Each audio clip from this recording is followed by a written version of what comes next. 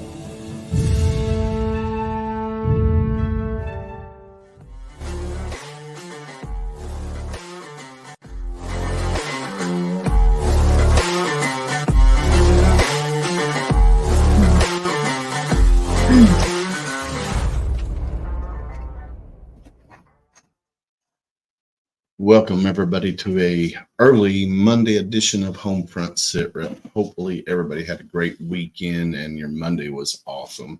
How was yours, Miss Candace? How was your weekend? Amazing. Yeah, you had a pretty amazing weekend. How's work at Mission Barbecue at being the community ambassador? How's that? It's pretty amazing too. Today was our day of service. We were closed. Every store nationwide was closed, and we went and fed 200 homeless veterans. Nice. So we went down to the Salvation Army and even was able to hit up St. Vincent's de Paul today. Oh, that's awesome. Yeah, I love that Mission Barbecue does that with their stores. Once a year, they shut everything down and then they go out and help the homeless community of veterans and stuff like that. That's simply amazing. So thank you for coming today for this exciting episode, man. I'll tell you what, we got a real American badass that's going to be joining us here in just a few minutes. She is a Marine Corps veteran. She's a doctor. What else do you need to know? I mean, she's just all around badass. So let's welcome to the stage, Dr. Theresa Larson. How are you, Dr. Theresa? Oh, hold on. I lost sound. What the heck? Hold on 1 second here. Here we go. There we go. I can hear you now. That was the quote of 2020. It was like, you're muted. I guess it still goes. It keeps going. I am doing great. I love that intro and it got me fired up. Awesome. Love it. Yeah, my weekend, even though I'll just share it with you anyway. I'll just share it anyway. Share it anyway. Was it snowed 2.5 feet here where I live? So we were busy playing in the snow and then shoveling snow. See, I love snow. I wish we were supposed to get snow, but it went north of us here in Kentucky. And I'm like, man, just shift south a little bit. Well, my brother, he's probably watching right now. He's in Massachusetts. And in what? In Massachusetts. I don't say, yeah. Anyway, so welcome to the show. I'm glad that I finally got to get you on here because, reading your bio and seeing everything that you post on LinkedIn and stuff like that, it's just what you do for the corporate world and also in people's personal lives after getting out of the military is simply amazing. So thank you for that. Thank you. I do love what I do. Well, that's awesome. Now, introduce yourself to our listeners and start with let's start with military first and then we'll go from there. Yeah. Okay. So, well, it's an honor to be here with you, David, Willis, and also Candace. Great to meet you. I'm a Marine Corps veteran. I'm a Marine Corps veteran. I am an engineer officer, and did not go to school for that. I went to college for political science, played softball in college, really wanted to become a professional athlete, but decided I'll be a Marine first. And then go to play professional softball. So I was a pitcher, a fast pitcher, ended up playing after serving in the Marine Corps and deploying not only to, well, did training in Bridgeport like you, but did a joint task force with the Border Patrol down in Texas, and then was deployed during Operation Iraqi Freedom 3, where I did, my job was with the Marines were vehicle checkpoints, building vehicle checkpoints, finding landmines, and then I did some female insurgent escorting. Nice. So being that I'm 6'1" and probably one of the more intimidating lady Marines on Camp Fallujah, they had me come in and do some intimidation type stuff with the woman that they captured. Meaning, nice. Not that I had to say anything, I just had to stand there because most of them were about half my size. Right, you just had to stand there like badass. Just had to stand there, but it was an interesting part of my life because I became face to face. This is something we can talk about on this podcast, face to face with the enemy, but really were they the enemy? And so there's a human factor to it. But right. After the Marine Corps, I played a year of professional softball in Italy because the professional league in the U.S. had folded at that time. And so, played a year and then was like, I need to figure out what else I want to do with my life because I need to make money and have a real job. And so went back to school to do the prereqs for PT school. I wasn't quite sure I'd want to go into PT, but decided in the end that was the route I wanted to go, but probably start my own business right away. So get my degree and then start my own business. Nice. I want my doctorate in PT. And then, 6 months into the, working in a sports performance clinic, I was like, nope, not working for anyone, not doing it. Especially the way the medical system and healthcare system was. I was like, right, it worked for me. And so I started my own business right away, which has pivoted a couple times. Started as a regular PT practice in San Diego. Well, regular as in like performance-focused PT practice in San Diego. And then morphed into doing corporate wellness. But then realizing the gap wasn't corporate wellness. It was with veterans and organizations. Right? Veterans want to work with veterans, but also the leadership.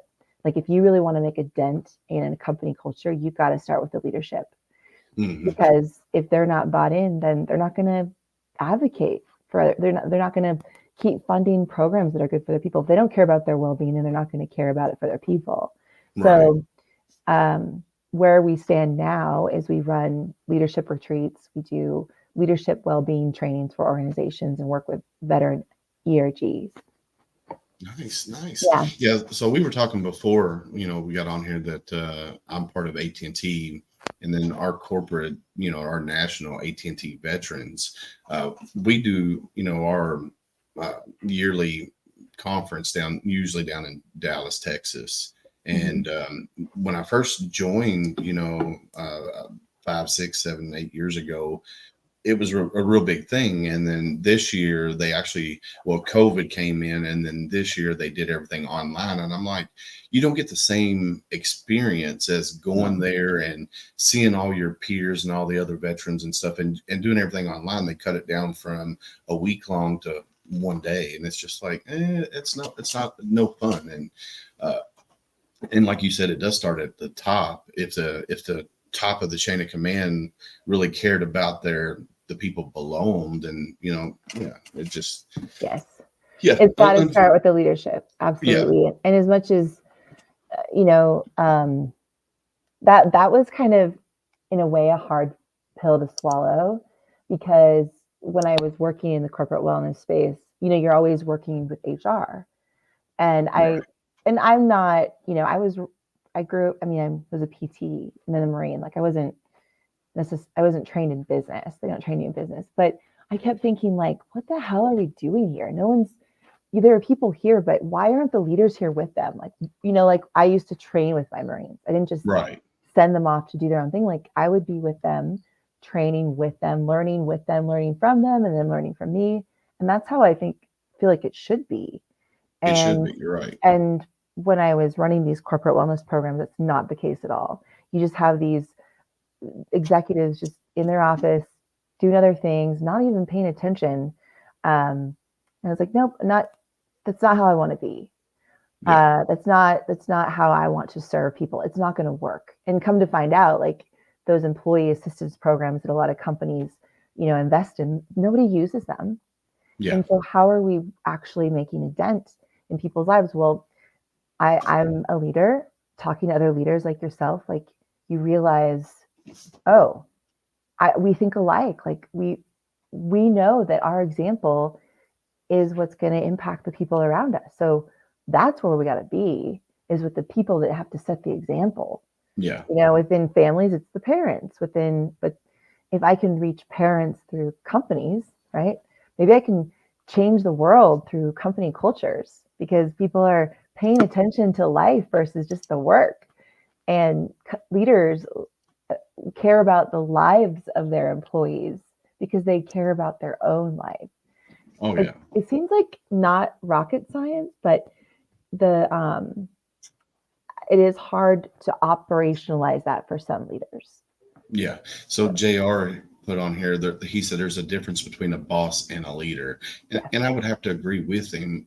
Like you said, when I was a sergeant of Marines, I would be out there with my Marines learning what they're learning. And, I wasn't sitting in the hooch. I was out doing what they were doing. And being in the corporate, I've been in the corporate world, with AT&T for 11 years now. And what I have noticed at AT&T is, like the job that I do now, the people above me have never done my job. Right. They come from somewhere else. So when they come out, well, they're like, well, you're not doing that right. I'm like, well, how do you know that I'm not doing it right? Because Yeah. you've never done it. So Exactly. Yeah. And not every company is created equal. And that's the thing. So it takes a squeaky wheel like yourself to make changes up the chain and down the chain. But yeah, it's important to get down and dirty and understand. So if you're more aware, here's the thing. Well, if you're more aware of how you show up to work and you treat others, most likely when you do connect with a subordinate or someone who's in a higher ranking position, you're going to do it out of respect. And it's like, okay, well, you show me tell me what you're struggling with. I don't really know your job well, but like, how can I help you navigate it? You come at it from that approach. When people are completely unaware, they don't.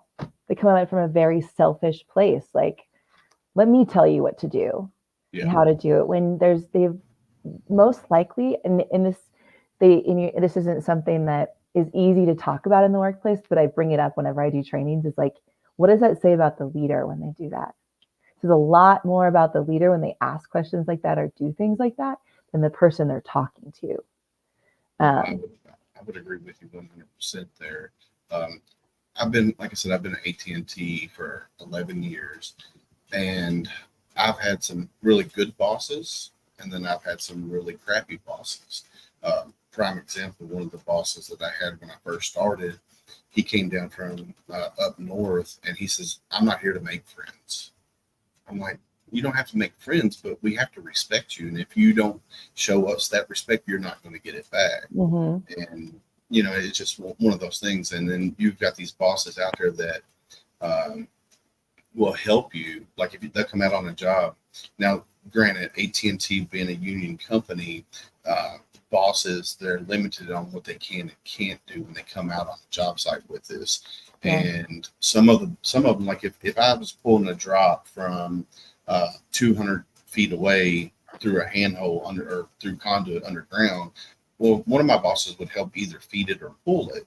That way it didn't get kinked up or whatever. So, and then some bosses just sit there and watch it, and for me, if you want me to respect you, you need to come out and do what you can to help and not just tell me what to do. So. Yeah, well, I think where I first learned that was the Marines. My middle brother was enlisted.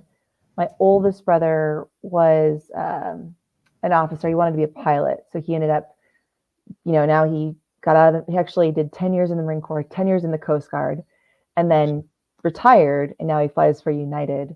And my other brother enlisted, he was the one that was like, you got to lead by example.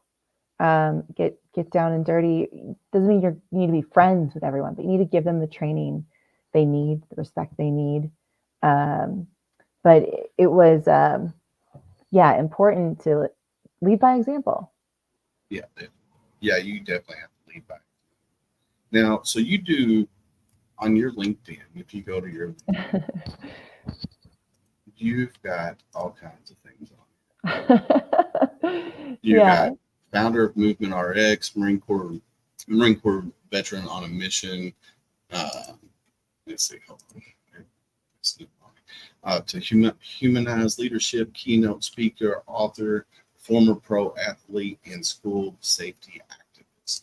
So it looks like you're. She's more of a badass than most men I know. I know, right? That's why I gave her the intro that I gave her, because well, I just I love. Well, okay, keep going. Thanks. That was very nice of you, Candace. I'm blushing. Don't get your head like. Don't blush. You're a badass. I mean, I've got Vicious and Delicious right here to prove it. Nice. I mean, my kids know who's the boss. Yeah, I got Vicious and Delicious names from the Marine Corps too. It's my bicep names. Just someone was picking out a friend of mine, and I was like, "Do you want to talk to Vicious or Delicious?" Nice. I love it. And he was like, "You're weird." Walked away. I was like, "Okay, good. It's an end of a fight." No, I love it. I tell you. So some of our listeners, when we first started the podcast, we were, focusing on 501c3s from around the country. And what we noticed that there was a lot of 501c3s that were geared to strictly male veterans or male and female, but not just female veterans. Mm-hmm. So I had a listener reach out to me and ask me to get some more female veterans on, and female veteran service organizations. And I was raised by when I was growing up, I lived in a house of all females. So my mother was always, very prominent. My grandmother was very prominent. My aunts were very prominent. My uncle, the only uncle I had, he was in the military, so he was gone all the time. So, I was raised by all females. And you're still in a house with all females. Yes, and I live in a house Oh my gosh. all females. You're well-rounded. Yes. So I started looking around, and I found an organization down in South Carolina called She's the Veteran. And I don't know if you've heard of that organization or not, but no. Brooke Kahn is her name. She's the founder.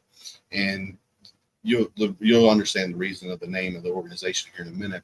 So they're local to Charleston right now, but they're actually expanding outside of Charleston. And I think she said by the end of this year, she'll be throughout the state of South Carolina. And then her 3-year plan is to be nationwide. She was out with her husband. She had a license plate that said veteran and stuff on it. And some couple come up and started thanking her husband for his service. And he looked at him, he says, "No, she's the veteran." Mm-hmm. So that's where the name came from. And I like it. So, and common. It's very common. It is very common. And unfortunately it shouldn't be. I mean, it's kind of like the stigma that, all veterans are broken. And it's too common, because we're not broken. Mm-hmm. We have our things that we deal with on a day-to-day basis with our demons that creep in. And if anybody's listening to this podcast, they can tell you one of my sayings is idle minds and veterans don't mix. So it shouldn't be common. And with her, what she's doing for female veterans, with the retreats and stuff that they have down there, it's awesome what she's doing for female veterans. And I told her, and I had Sherry Elmore in here with me, who's another female veteran that I respect a lot. We told her, anything that you need to bring it to Kentucky, let us know, because we'll help her out anyway. So yeah, definitely. Well, I would love to be in touch with her. I will send you her email. I'm curious about something. Yeah. with what you do and going into these corporations and really trying to help lead with the veterans and how to be a leader, do you find those veterans that were in combat, they deployed and coming back into a civilian world,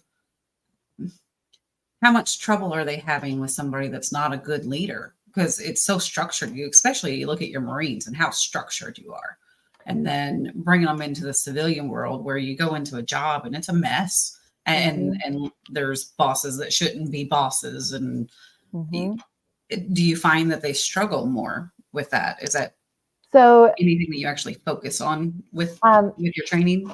yes. So that is a question that comes up for some of the organizations, and I won't name the organizations because that would there are some the big ones that are like clueless on how to engage with their veterans. That's a big word that we use a big word that's important to companies' engagement of their veterans, which is a good thing. And thankfully, the veteran ERG leads that I talk to, or the leaders, are typically veterans themselves, and they want to create more engagement in the group. But they also know that depending on the organization, because I met with some great big organizations who are very good about taking care of their veterans, and they've got, it's not just like hula hoop contests and pizza parties. It's like, let's create once a month groups, forums, opportunities for them to engage and get to know each other and really take care of them, give them the time off they need to take care of their personal stuff, whether it's family, health.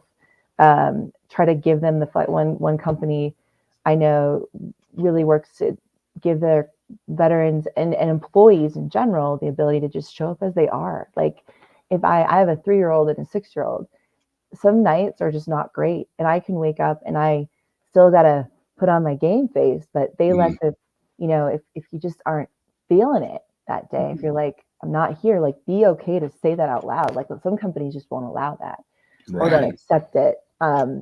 Whereas, one of the companies I'm talking to work with on their military month, which is November for them, their leaders have absolutely no idea how to engage with their leaders don't know how to engage with the veterans. And that's a big problem, and communication is super slow. So where I come in is like, okay, well, I can't necessarily solve, so I'm not necessarily going to do a leadership training with their group.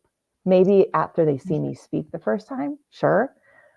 But what I'm going to do is create an opportunity for veterans to really connect. And I really push for an in-person experience.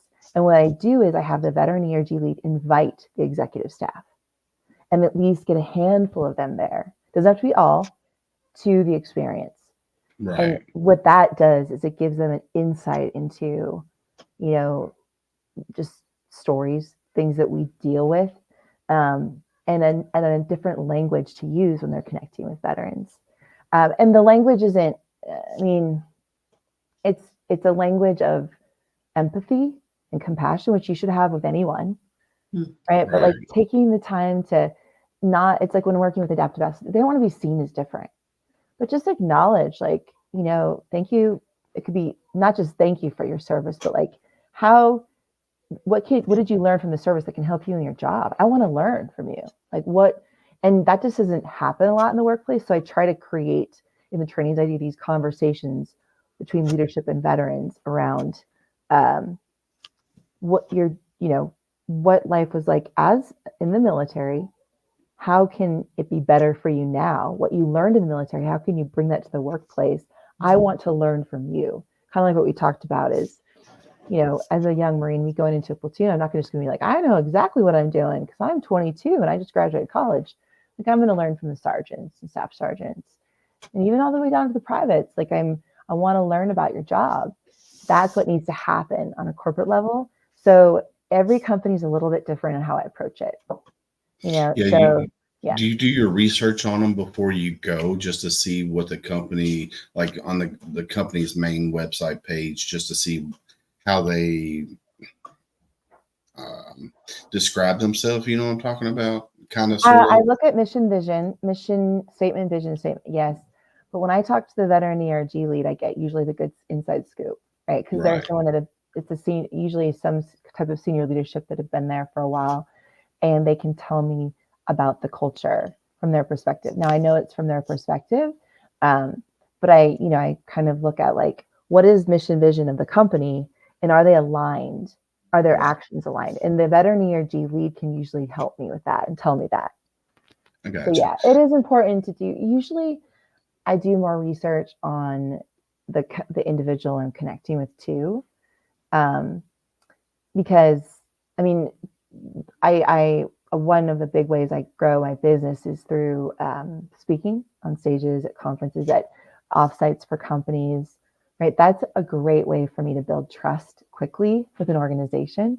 So instead of talking to HR managers, which it's like, no offense, it's just they have so much going on, right? Right. I mean, when I learned the reality of an HR manager's job, I'm like, oh, hell no. It just, I would get fired like right away. But I realized like, okay, they're not necessarily the people I need to be in front of. It's a lot of the leadership, right? Going to veteran ERG summits, speaking in front of people where I build trust quickly.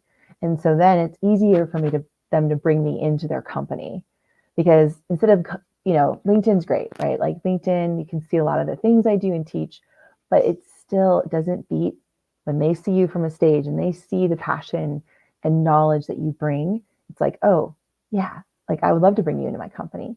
That's how I've gotten a chance to get to work with a lot of major companies, because they've seen me at some conference. Right.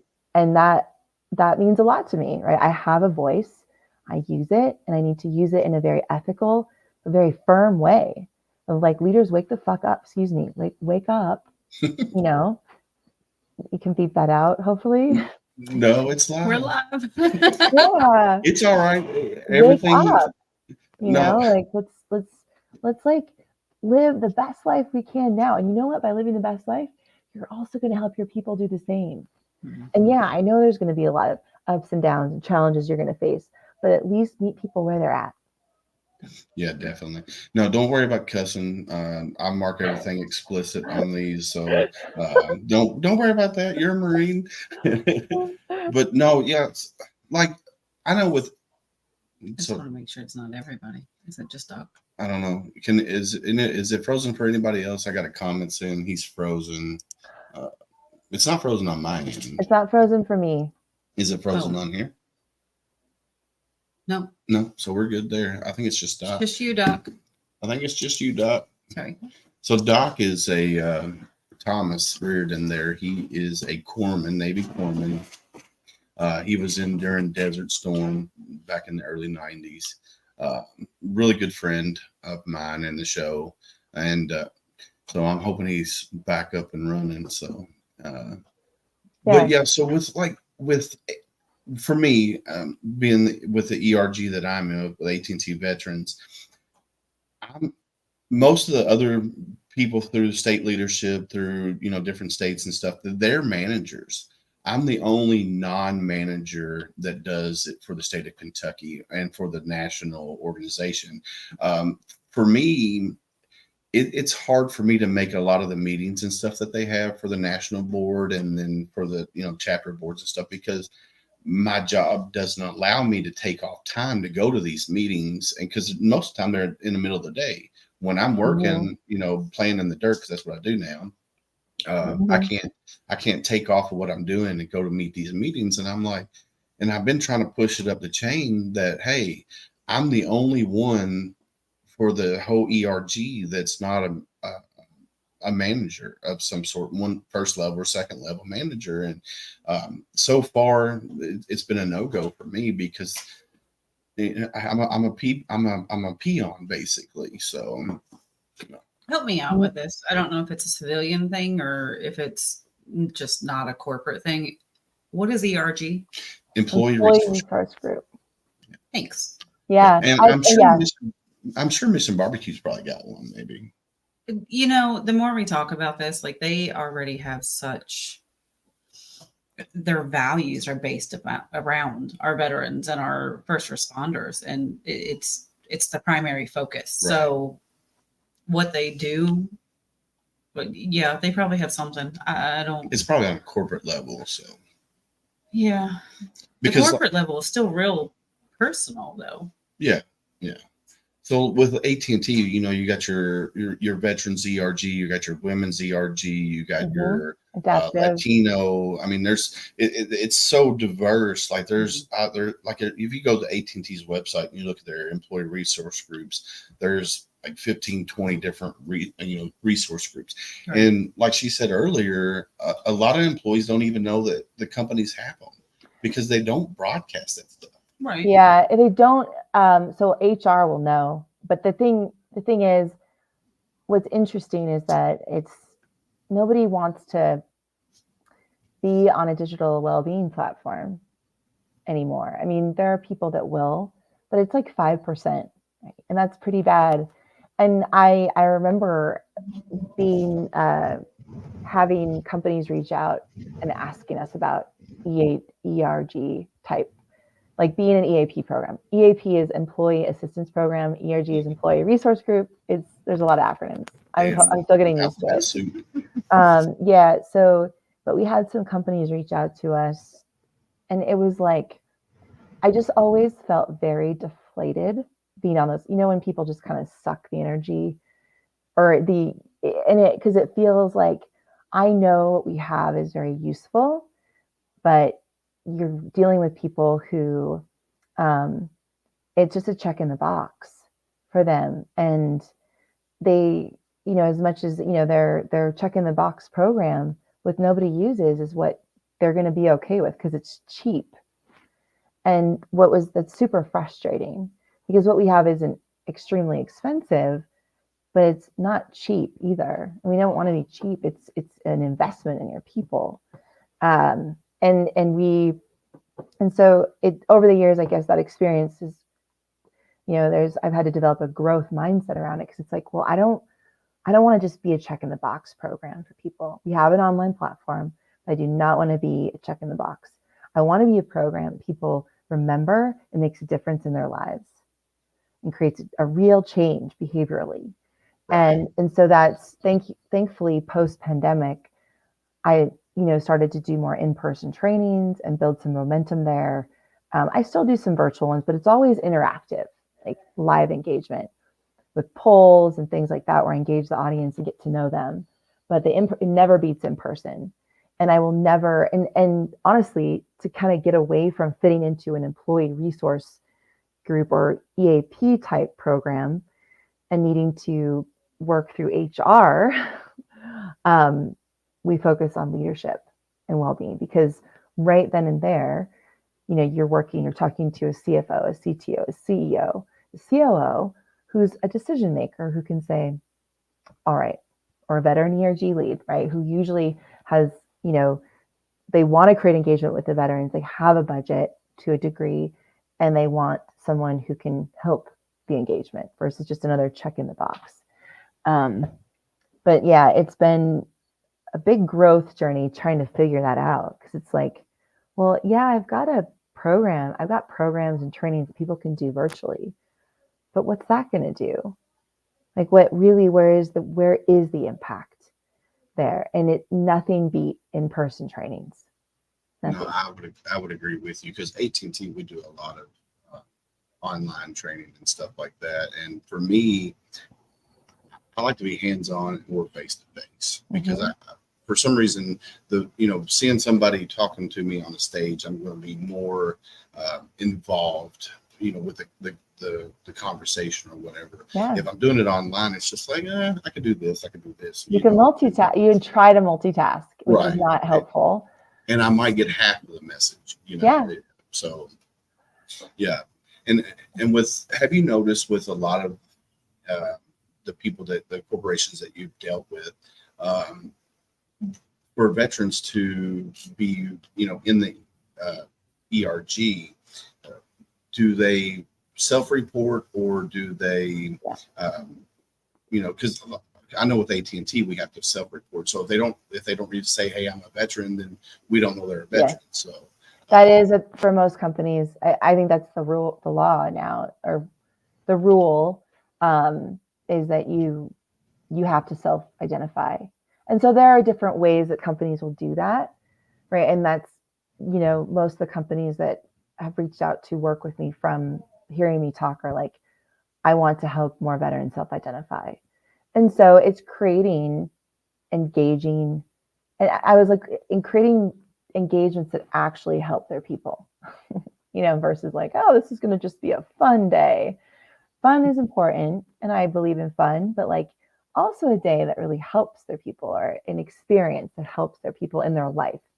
So, and I obviously, I'm kind of talking abstract about helping people, but really my focus on how I help people is, I'm not helping them with their finances or anything like that. And I'm not balancing their, not doing QuickBooks for them, or, I guess that conflict resolution is something that comes out of what I do. But it's not the main training. The main training is where I focus on helping people deal with their stress and understanding the downstream and upstream effects of their stress, right? Because a lot of us don't pay attention to it until, well, it impacts people, right? It impacts their growth, impacts their productivity. I can relate, right? I've been burnt out. I've had stress in my life, impacts me. But oftentimes we don't pay attention into it until a doctor's like, oh, you have hypertension, or you've got, heart disease, or, you've got stage 1 cancer. And then it's like, oh, shoot. And then you remember like my life, like I'm constantly go, go, go, or there was one incident, right? Or something happened that created this string of effects in our body and mind. And then downstream from that, right, is that our sleep is going to be impacted. And maybe we're eating we're eating inflammatory foods, or we're drinking a lot of alcohol at night, or eating a lot of desserts at night, whatever it is, our vice, right? Or not really around good people, like kind of, which in the company culture, that's another big one, is the people you connect with. It can be toxic. And that is a big part of the company culture, is how do you eliminate that toxicity?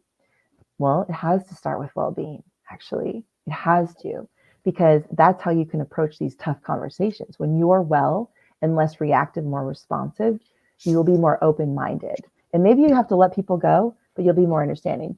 So I try to like really boil down and make it very simple of how to solve stress. And then what I do is I teach people how to do stress management type activities. Like, we don't do cold plunging. I have done that with a company before. We do meditation, like body scan type stuff. We do deep breath work. We do self-mobilization with balls, with 2 lacrosse balls. We call it a peanut. You put it together and it like massages your spine. You can release your suboccipitals, right? But like, instead of just, so I want to like share with people the power they have over their stress. Now, I can never fix what happened, right? Or the string of events, especially when I work with law enforcement or military. It's like, I know this stuff happens to you all the time, but how are you responding to it? Mm-hmm. How are you taking time to work through it, or give your body and mind, like our body keeps the score. How are we releasing that tension in our body? And so those are the things, like the skill sets on how to handle the physical and emotional triggers that will come up, but when they come up versus waiting till they become hypertension or disease. That's a big one. And then, of course, I always give a case for fitness. I'm a movement person. I used to abuse fitness. I used to abuse exercise and abuse food. That was my drug. Now, thankfully, I don't. Like, I work out because it helps me mentally.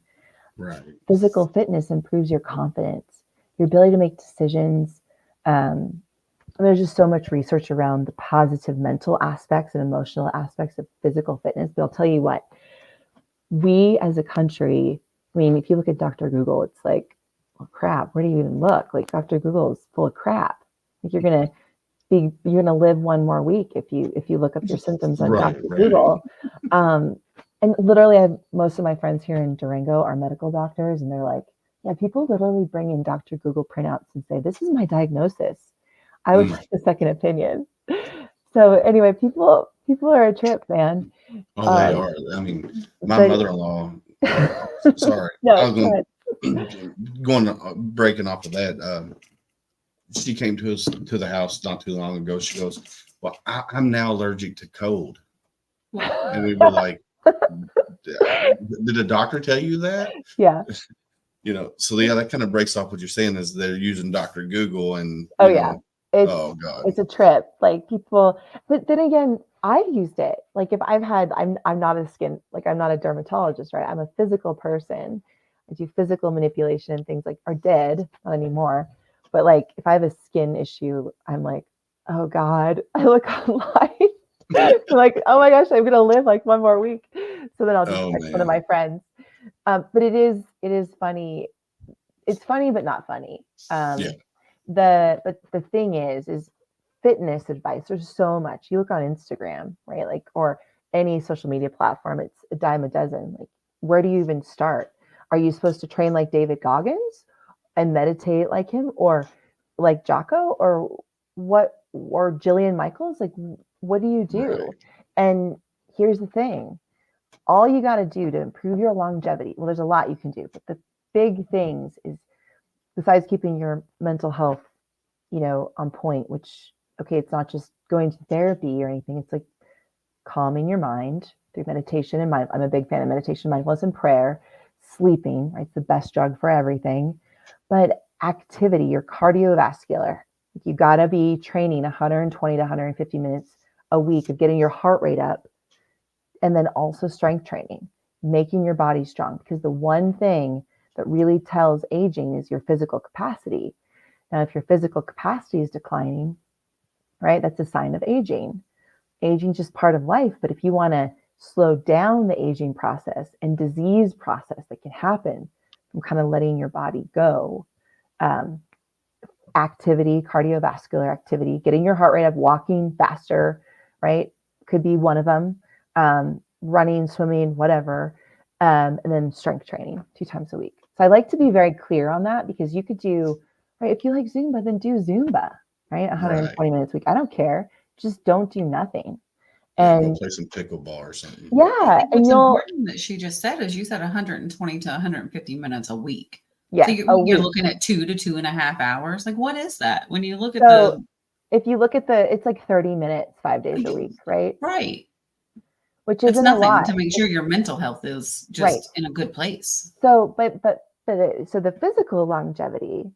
So I'm all about, like, yes, I want to be healthy and fit, and I've got my own goals, and I'm not training for anything right now other than life, like just trying to be, as strong as I can. I've got 2 little boys who are probably going to be stronger than me when they're in high school, maybe in college. I'm going to try to be as You're stronger still than gonna them be forever. badass. I'm going to be stronger than them for a very long time, and they're going to That's why know you got that. vicious and delicious. That's right. They are going to know that. But so physical longevity wise, if you maintain your muscle mass and you keep your heart strong, like, your physical decline will be a ton less than if you didn't, which means that last decade of your life isn't going to be complaining about the pills and diseases you have, but like, what cool road trip are you going on, or what activity, right? So we do have to, Peter Attia is a big longevity focused doctor, who I appreciate and respect, because he's longevity focused. He's like medicine 3.0, whereas we're in current medicine 1.0, 2.0, right? With the VA, it's Right. probably 1.0, because it's so focused on diagnosing, giving a medication. I mean, whenever I go, the doctor gives me some weird diagnosis until he starts talking to me. He likes to just throw out these things. And I'm like, can't you just evaluate me first and ask me about my life before you throw out this diagnosis? And he doesn't, usually I don't tell him I'm a PT or I know diagnosis, but I'm like, I think the last time I went in, and I share this in some of my talks, some of the, this is just the way it is. Like I told him, so during softball, I broke my toe when I played professional softball, because I kicked a girl in the shin. It's like, we were playing a friendly game of soccer, but I broke my big toe. Great. And I wasn't mad at anyone. And so, but my toe is like, it's a problem. Like I've got this like bone floating around, right? And I don't want to get surgery on my foot because there's a lot of crap going on in my foot. I mean, there's nerve endings, I want to really avoid hand and foot surgery and brain surgery. Ideally, just take note: brain, hands, feet. Try not to do surgery there if you have to. But I have this swelling in my foot, and it doesn't impact my function. But if I wear minimalist shoes, and it bothers me. But like I walk into my doctor and he's like, oh yeah, you could probably got neuropathy. I'm like, okay, well, neuropathy is usually for someone who's not been taking care of themselves. Eating a pretty and it usually is result of some kind of autoimmune issue or some other systemic disease. And he's like, well, yeah, but like this really, this kind of sounds like that. I'm like, well, maybe you could look at my foot first and tell me what you think. And then before you give me that diagnosis. And so he looked at my foot and he's like, oh yeah, I've never seen anything like this before. He's really like, that probably isn't what you wanted to hear. I was like, okay. So it's definitely not neuropathy. I believe it's from that fracture in your foot. And I'm like, yep, I told you that from the beginning, buddy. But Yeah. okay, now I just need you to refer me. Now I just need you to refer me to a podiatrist so they can handle and give me some insights on how to drain this fluid because I'm not doing surgery. Anyway, it was an interesting, but I found, here's the thing, like you go to a medical doctor, you go online, you can get a lot of information. Misinformation doesn't mean a doctor knows everything. If they're a very forward-thinking doctor, maybe. I'm a PT. We're not all treated equal. Like I had people coming to me because they went to another PT and they were just given ice and stim, and that was it.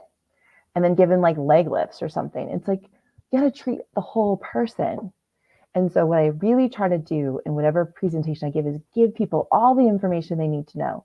Now, it depends on the time frame. Like I can't give everyone everything in an hour, but I can at least get them started, right? The 2 things you got to know about your physical longevity, by the way, will help your emotional health, is stay active and stay strong.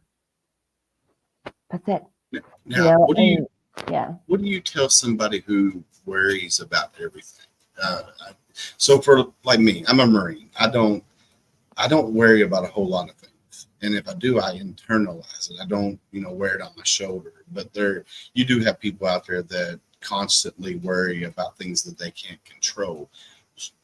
What do you tell people? Because I know worrying about things and having the anxiety like that messes with your mental health, which then in turn messes with your physical health. So what would you tell somebody that is a worry wart? I call them a worry wart because they worry about everything. So what would you tell them? He's asking well, for a friend. Yeah, I know. I see where you're going with this. Well, I would approach it like this. Like, if it's for anyone who worries a lot, most likely they're not doing a lot of training for neck up, right? Especially if there's someone who wears it on their sleeve and like a lot of the interactions can be negative or they voice their worry a lot, right? Or they don't seem to be a calm person in general. There's a lot of different signs, but worrying is one, which is another form of kind of ruminating. Ruminating is when your thoughts are just like, you kind of get in this spiral effect, which I've been there. But worrying can cause what we call amygdala hijack, which is this, again, if you don't sleep 7 hours or more a night, your amygdala can be hijacked pretty quickly because it doesn't communicate as effective. It's like the area of your brain that's the emotional response center, and it connects with the frontal lobe. I call it, there's a better name for it, prefrontal cortex. Thank you. Prefrontal cortex. Wow. And the prefrontal cortex is your executive functioning. So when you, for example, sleep less than 7 hours, or you're constantly worried, or both, like it will affect your amygdala, right? And your amygdala will be in this hijack space, so you only see like tunnel vision, and you can't get out of this train of thought. So the thing the thing that is the most, so you start with the first thing. How is your sleep? You can tell a lot about a person when you say, instead of how are you doing, like how's your sleep? Now I know that might be weird if you're not used to doing that, but I do that with people. I'm like, so how are you sleeping? Because if she's not sleeping enough, or it will affect your emotional reactivity. The other thing is, are you meditating? Do you take any time for prayer? So I've had a lot of people who, when I teach meditation, they're like, well, what about prayer? Well, it's kind of the same thing. You can use it for the same thing, to create calm and quiet in your brain. Maybe a little bit different purpose, like with with meditation, you're clearing your mind. With prayer, it's a focal point, but still like you're being still and quiet, right? And very thoughtful. But so first thing is sleep, right? How is that going? The second thing is people need to train. What are they doing to train neck up, to create calm in their life? And that may be the start for you versus maybe it's not as simple to say, how are you sleeping right now? Like, what are you doing to create calm? Because I'm a little concerned about the stress of your worry. And yeah, and so then you're like, well, you know what? I've got this this skill called mindfulness and meditation, right? That can really help you dial in training neck up and let go of some of that worry that causes physical tension. There's a free app called Insight Timer, a free app called Calm. I actually don't know if Calm's free, but I know Insight Timer is. But those two things, like mindfulness and meditation and sleep, mindfulness and meditation kind of go together. Not exactly the same thing, but mindfulness is the state of being aware in any given moment. Meditation helps you train to be better at that, right? And so, but what she'll find, if she can start to get more sleep, at least 7 hours or more, and then also train her mind to be clear of all that stuff for a period of time. It's like a vacation for the rumination. Then, she'll worry less. She'll feel less tension. It doesn't mean she's still not going to be negative at times, but like she'll be significantly less reactive. And honestly, I think it was Charles Swindoll who said like 10% of life is how you respond, is what happens to you. 90% is how you react to it. But, actually a business owner asked me this the other day. He's like, he had someone who worries about all of his sales and like to the point where it's causing him stress. And so we talked about the idea of bringing up calm to him. How do you create calm in your life? Because I'm worried about how you handle your stress. Mm-hmm. The stress of the job can't eat you alive. Like you need to find, there is such thing as balance. There's a lot of people that won't say that's true, but there is. It just doesn't look, my balance won't look like yours or yours, Candace. Like my balance is going to look different, but I can't let my job eat away at my mental and physical well-being. Right. I agree with you 100% there. And, is that helpful? Oh, very, very helpful. Was it helpful? I don't know who you were asking for. It was for a friend, but it wasn't me. No, yeah, that was very helpful. Yeah, because everybody's different and everybody deals with stress differently. I was just thinking that. I was thinking Thornton. Yeah, we all do it different. Yeah, we all do it different. We do. But it is still, but we all need to sleep, right? We all still need to learn to train neck up. Like, what are we doing to keep our mind healthy, just like our body? What are we putting in our body, ingesting in our body? So all of those things, there's a lot of things we can't control, but the things we can control about our stress is how we're training those things and dialing them in. It can't just be a nice to have. It's got to be a need to have. Whenever, thankfully nowadays with some of the law enforcement groups I work with, mental health is a big deal. And now it's a need to have, not just we'll do that when it's convenient or we have a budget. They're like, no, we need it now. Yeah. So people sometimes, I've been a worrier. I've been someone who's a ruminator. I think we all can be at a certain point, but then I have to ask myself, now that I know, how was I sleeping? Was that person I'm ruminating about really that important to me, or should that be someone I let go? Right. There's all of these. So at the end of this, I've got this lifestyle RX. This would be a nice gift for your friend and for all of the friends out there who need this. All of you friends listening, I have this lifestyle RX, which is kind of like a checklist, if you will, in the 5 components of well-being: sleep, movement, social support, food, and then meditation, mindfulness, mindset training. And basically there's 3 different checkpoints, and they're like a little reminder of why they're so important to your well-being, especially if you're in a position of authority. But even so, if you're not, it's okay. You'll still enjoy this.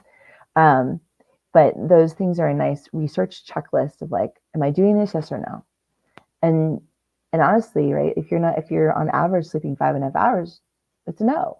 Like you need to start getting more sleep. It's just important. It affects everything. Anyway, this checklist will be nice for a lot of you. You can print it out and put it up, because if you're questioning like, what do I need to be doing with food, or what is so important?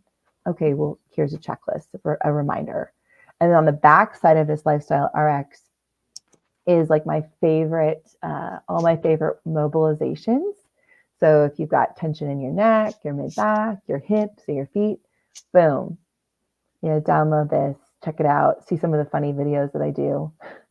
Nice. So along with the checklist, you also have the suggestions or Yes. a guidance to Yes. really go with that. And Yeah. like, I'm super excited about what she's talking about, because like my life recently, very hectic. and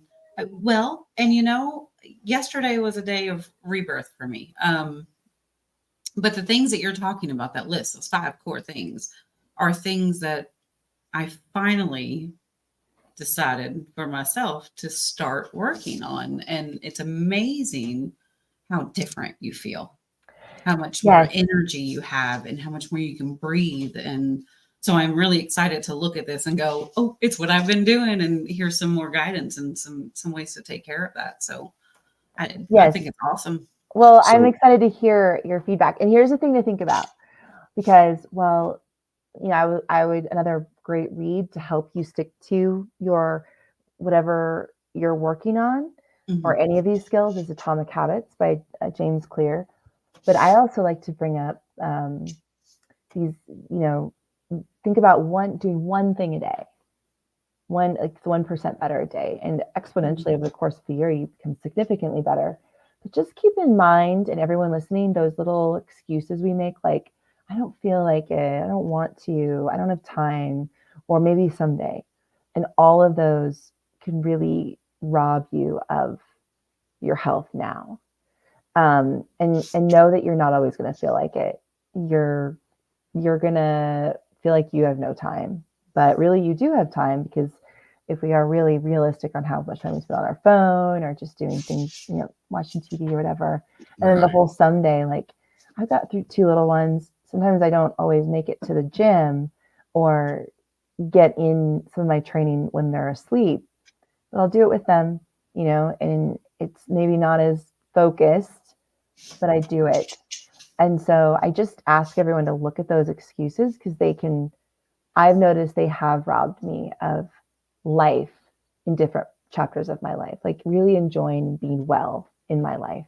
And no longer, like, I'm very quick to, okay, wow, I'm telling myself I don't have time, but I could make the time. This is important, or I don't feel like it. Of course I don't feel like it. The pull-up bar outside is icy.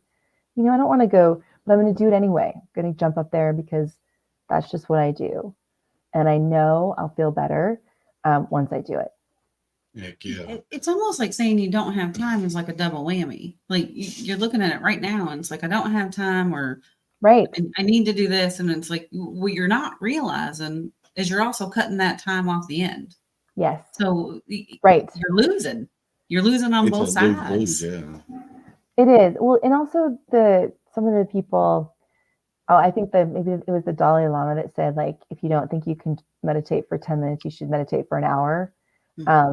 But it's like, by taking the time to get your mind right on a daily basis actually gives you more time, because you're going to be more efficient, less reactive, focus on less BS, right, in your day.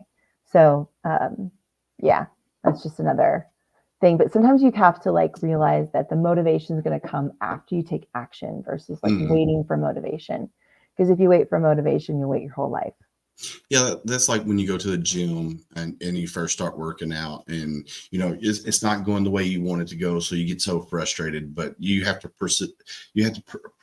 can't even talk. You just have to keep pushing. You have to overcome the adversity, and then once you get to the certain point, you're like, oh man, this is awesome. And it for one, it helps your physical, and then in turn your mental once you get to that certain point. So I want to thank you for coming on. I could talk to you all night long. I know you kind of have a hard stop. Unless you want to keep going, that's up to you.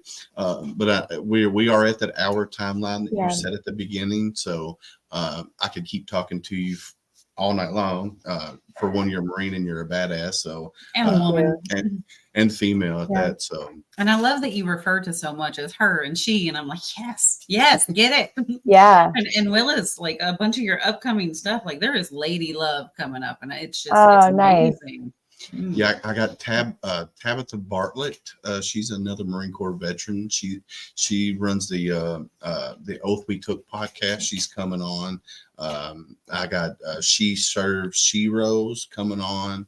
I got Lady Vets Connect coming on. So Oh, yeah, good. so a lot of female organizations coming up. I'm excited about that, and I'm definitely excited about having you on. I'll have to send you my phone number. We'll have to keep in contact, and Yes. I'll see what we can do about getting you into AT&T at the Veterans ERG and stuff like that. So Yeah, no, Yeah. I'm excited. That would be awesome. Thank you. Well, So I keep calling to call you David, but I'll call you Willis. yeah, I go by Willis. Everybody calls me All right, Willis. Willis and Candace. This was an Well, thank you honor. again. Go do the night shift with the kids, and Yeah. hopefully you don't get no more snow up there where you're up in Oh, Colorado. we are. It's I mean, going if you to do snow another enjoy it, 18 inches again this week. Woo. And, like, you should see. We live in like a bunker now. It's like a snow bunker. Nice. you did buy a cabin in We Colorado, so It's really fun. Nice. So yeah, thank you Well, both. Thank you again. You have a great night, and we will talk soon. All right. All right, Bye, bye. Candace. Bye, Willis. bye. Semper Fi. Semper Fi. Man, how cool was I that? love her. She's a badass, like such a badass. Hold on, is she still talking? Hold on, no, maybe Oh. we're still Well, talking. Hold I on. didn't. I was wondering if we were live still. Oh, you want me to get No, off? No. we're still live. I just dropped you down so we can finish the show out. Okay, I'm gonna let you go. If you want to hang around, we can talk after I end. We just got to end it up real quick. You send me your phone number. I'll send it to you. Okay, now I'm officially goodbye. That was just an encore. Okay. All right. Bye. See you later, sis. Bye.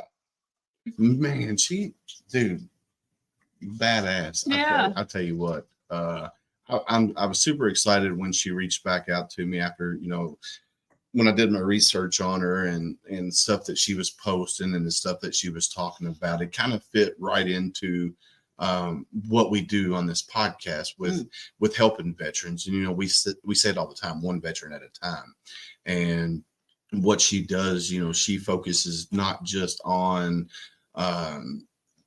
physical or mental. She's a one-stop shop, and to top it off, she's a freaking badass. So, what really excites me about it though is like she's going into these corporations and talking about how you're taking care of your people within the workplace, but essentially, like if you're learning that, and leadership is learning that, and then you're bringing it down to your people, they're taking that outside of it too. Yeah, like you're not just using that in the workplace and that was the other thing I was talking about, like recently, like really surrounding yourself with the right people and weeding things out and your mental health, like it makes such a difference. Just think if she could touch every company there is, these big companies, and how much the world would be better. It's spreading kindness and how to talk to somebody. I mean, essentially is the bigger picture there. Yeah, I mean, and then she sent the link that I just put out there, a free gift to all of our listeners. You just go to follow that link. I put it in the comments there. Download it. It is a small download. Go download it, and it will help you for your day-to-day life. Go check it out. I'm going to download it. Candace is going to download it. I'm excited. I'm hoping my beautiful wife will download it and take a look at it as well. And anybody else out there that, has been watching or, whatever, if you've been watching, if you've been listening. Yeah, something like that you download. And it doesn't just pertain to adults. Yeah. If you have teenagers going through some things or giving younger children a guidance of, here's your checklist. Like, here's something simple, because you can make that every age group. Oh yeah, definitely. You can. I don't want to use the word dummy it down. Like if it's strictly geared for adults, then you can marine it down or Barney style it for your children and stuff. And get out of here. We just got a new phrase. I need that on a t-shirt. Marine it down. Marine it down. Matt Johnson. got your six culture. You need to marine it down, brother. I will. I would buy it. I guess I have a crown on the Yeah. on the seat. Yes. Well, definitely. I would buy. I would buy it. Marine it down. Oh, you know Sorry. what? You're fired. Yeah. First podcast. I'm already fired. Oh man. No, man, I tell you, I'm excited about this year. Upcoming episodes that we got. I've got yesterday when we were doing the live with Kevin Trees. I had 3 emails come through for people that wanting to come on and be guests, and it's just I love you guys, my watchers, my listeners out there. You guys are amazing. You keep me sane. I have a amazing wife that holds the fort down when I'm out here doing this and down here in the bunker and everything. And She marines it down for him. yes, she does. She marines it down for me a lot. But yeah, we got a great year coming up. February 28th will be our 1 year doing the podcast. So I will go live that day. It's a Wednesday, February the 28th. We might be doing the tip of the spear that day. I need to reach out to the group, Triple Threat, Misfit Nation, Decision Hour, and get with them and see if they want to do it on the 28th, because that will be my 1 year mark. So my birthday, basically, be 1 year old. Yeah, like a reunion. You should get a hold of some of the people you've done the podcast with. Look, there he is, my buddy Ty Cobb. Yeah, Ty. So February 28th, which is the last Wednesday of the month, because we always do the tip of the spear once a month. Mm-hmm. Usually either or the last Wednesday or the Wednesday before. So I need to get with Ty Cobb and all of them there at. Are you in Ty? That way we can do a 1 year birthday celebration plus a tip of the spear. I think that'd be pretty cool. So. I might bake you a cake. Oh man. So Candace, she's not only, community ambassador for Mission Barbecue for St. Matthews. She also is the founder of Mission 6 nonprofit. So tell everybody a little bit about Mission 6 and what your mission is. Oh, this podcast wasn't about me.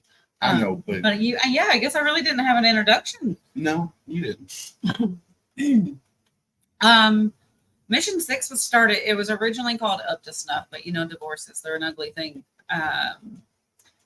Because of my daddy was having a hard time and trying to get some help, and everywhere he reached out to, it was just, here's a phone number, here's this phone number, here's another phone number, here's an email. And they'd answer the phone and give them another phone number. And I was so sick and tired of it. Like, our veterans deserve better than that. They deserve more respect than that. They signed a check. The least we could do is, if they're asking for help, right, we need to give it to them. Right. So I really started with, I call it my Bible, because it's a binder of every resource within this area. And I started going tri-state, Kentucky, Indiana, and Ohio, and reaching out to every veteran-owned business and veteran spouse-owned business and going, hey, if I have somebody in need, can I reach out to you? And that's down to getting an oil change or a set of tires or paying an electric bill, just anything that somebody needs. So trying to provide food and clothing and financial hardships for you guys. And it's a hand up. It's really like, it's what you guys deserve. And I think that's what I'm here for. It's my purpose. It's for my heroes. So, call me a hero ambassador, I guess, if you want. That's my life. It's my passion. It's what I love. I love you guys. So Ty, he does another podcast called the So Smoking Gooder Show. It's all about Texas barbecue and Texas pit masters. Mm-hmm. Speaking of Mission Barbecue. So yeah, they respect the hell out of Texas. And they're like, we're not going to touch that yet. They're never going to go into California, but eventually. But I don't know if you notice, like, the locations. If you ever look up the Mission Barbecue locations, they're not in the big cities. No, they go outside of it because they don't want to. It's not a competition for them. It's our purpose behind it. But yeah, Mission 6, it started because of my daddy, my hero. And I have good friends around me that they're pretty important and they need to be taken care of. So do you have a Facebook page or Nope. nothing? So if somebody needed you to, if somebody what, you need a Mission Barbecue in Massachusetts? Or Mission 6. Which one you want? Yeah. If somebody needed to get a hold of you, how would they go about getting a hold of you? Find me on Facebook. My phone number is everywhere. It's call me, text me, send me a message on Facebook. It's I'm under Candace Ton. I know a lot of people that watch this know who I am, but those of you that don't, good luck. She's always commenting. I don't know if I can tag myself. Somebody tag me. Well, just Julie. just write your name in there, and then they can click on they can highlight you from there because you'll come up. No, because it won't highlight it if I never mind. I'll add. There we go. Yeah, so It doesn't even look look her like up it. there. It's there. But they can just click on your name up there. So, anywho, man, I'll tell you what a great show. Dr. Theresa Larson, man, Larson, she was, dude, amazing. She's a badass. What's she called? Delicious and vicious. Vicious and delicious. I love it. Come on. I did not think she was talking about her biceps at first, to be honest. That's not what I thought. Because she was just. I did. I mean, I knew exactly. As soon as she started pointing, I was like, yeah, I know what she's talking about. Anywho, you know what I haven't done tonight is to pay the bills. So let me go ahead and pay the bills real quick before we end. I want to give a shout out to Chris Hawks at talenttalents.com and also my buddy Rick Ames at Louisville Local Entertainment. You guys come along and you're supporting my mission here, and I love it. So here we go. Owner of Talon Talents here, and I just want to say that we are ecstatic to be a major sponsor of Homefront SitRep, a community that is ran by veterans and made for veterans. So thank you for tuning in. Talon Talents was formed in order to create a music scene that was together in the form of a collective, so that no one has to do everything on their own. And guess what? We've been doing this for free for over a year. So please go and check out Talon Talents through Facebook or through our official website at www.talontalents.com. We'd love to hear from you. Thank you again for tuning in to Homefront SitRep, a veteran-owned and operated podcast.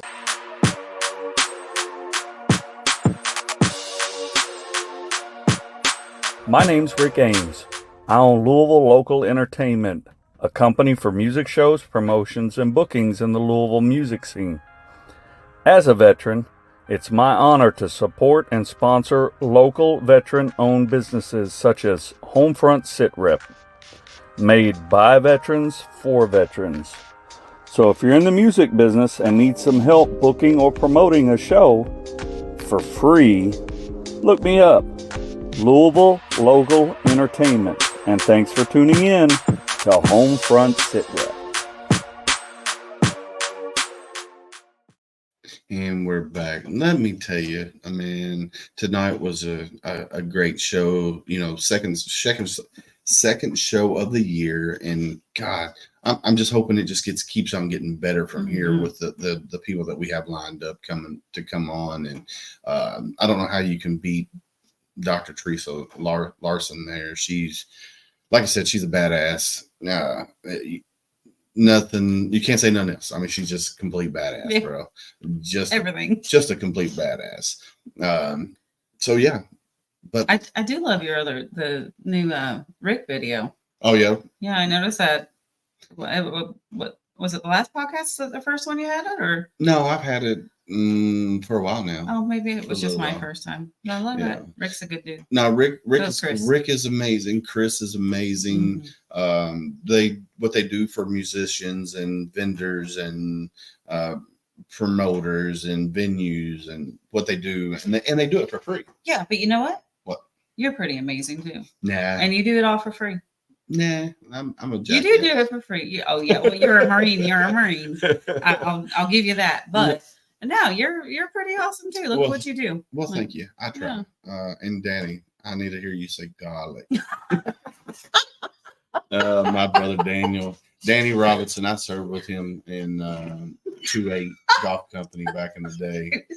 You are a shithead. I know. Never. I take back what I said. He's Willis. you know he's laughing at the present moment in time. So he's up there plowing the snow up there in Massachusetts. No, I love you, Danny, like a brother. You know that. But anyhow, like I've said from day one, it's all about saving one veteran at a time. Yeah. And you help that veteran today, that veteran's going to turn around and help somebody tomorrow.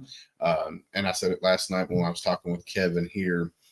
Ask that question. How are you doing? If that person says I'm fine, ask that next question, the harder question, because I'm going to tell you I'm fine. I'm not going to tell you if I'm internalizing anything. I'm not going to tell you that I'm struggling with something. You need to take it a step further and ask that next question. So don't take it by face value, because one veteran that commits suicide a day is too many. Right now we're sitting at what they say 22 a day. Well, that's just what is reported to the VA. Right. So, guys, I say it all the time. I got your 6. I'm wearing it on my shirt right now. Got your 6. I mean it. My phone number's out there. If you don't have it, reach out to me. You call me anytime. My phone's always open. I'm not a veteran, but I'm a supporter. Right there too. My phone number's out there. We all got you. Yeah, we all got your 6. I mean, reach out to us. We got you. And like I say, always when I end my shows, stay safe out there. And I got your 6.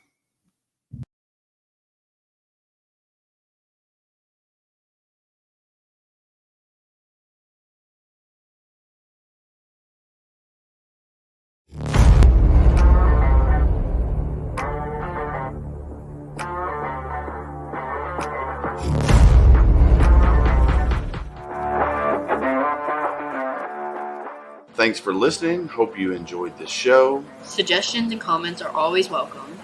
Cannot wait to have another great show with y'all. Don't forget you can find Homefront SitRep on Apple, Amazon, Spotify, or wherever you get your favorite podcasts. Stay safe out there. I got your 6.